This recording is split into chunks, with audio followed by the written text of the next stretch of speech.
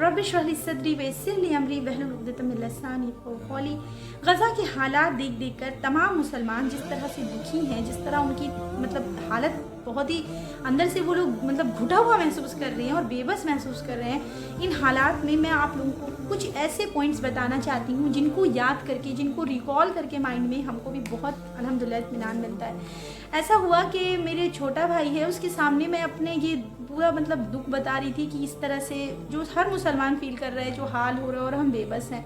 तो उसका एक रिप्लाई बहुत अच्छा था। उसने कहा कि आप ही देखिए, जो भी हो रहा है वो अल्लाह की मर्ज़ी के बिना नहीं हो रहा है, या अल्लाह के हुक्म के बिना नहीं हो रहा है, या अल्लाह के आँख से छुपा हुआ ढका हुआ नहीं है। सब कुछ अल्लाह के नज़र में है, अल्लाह सब कुछ देख रहा है, अल्लाह बसीर है।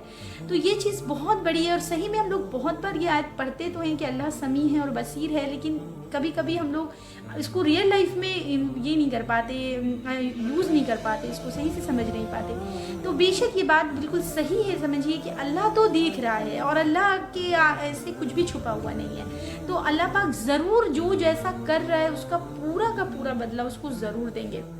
और एक दूसरी चीज़ ये है कि ये जो अल्लाह के बहुत नेक बंदे होते हैं ना, उनके ऊपर अल्लाह बहुत आजमाइश डालते हैं। ईमान के लेवल के हिसाब से आजमाइश होती है। तो गज़ा के लोगों का ईमान बहुत पुख्ता है, अल्लाह पाक इसलिए उन पर इतना टफ आजमाइश डाल रहे हैं। आप देखिए कि अगर पैगम्बरों की लाइफ तो सबसे ज़्यादा उनके ऊपर आजमाइश आई, उनके ऊपर सबसे ज़्यादा उन्होंने अपनी ज़िंदगी स्ट्रगल के साथ गुजारी, मगर आखिरत में सोचिए उनका क्या मुकाम होने वाला है। फिर उसी तरह एक और चीज़ है कि अल्लाह ने कुरान में कहा है कि जो जहन्नम की आग से बच गया और जन्नत में दाखिल हो गया वही असल कामयाब है।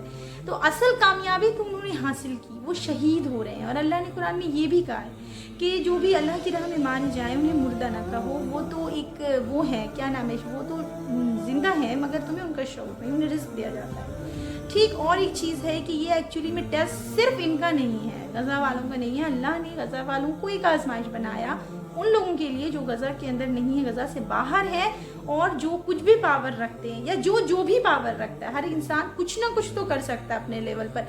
जैसे एक आम मुसलमान जैसे हम और आप हैं, तो हम लोग कम से कम इजरायली और उनके सपोर्टेड प्रोडक्ट्स का बायकॉट कर सकते हैं। अपने लेवल में हम लोग चैरिटी कर सकते हैं, हम लोग प्रोटेस्ट कर सकते हैं, हम लोग ये कर सकते हैं कि अवेयरनेस फैलाएं लोगों में। हम लोग जो भी कर सकते हैं अपने हिसाब से, हम लोग दुआ कर सकते हैं, एटलीस्ट वो सब हम लोग करेंगे।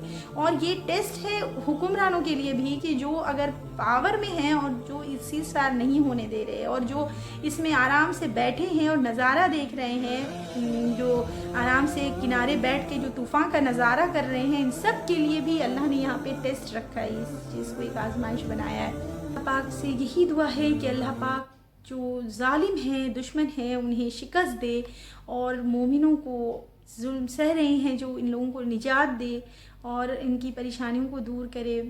अस्सलाम वालेकुम।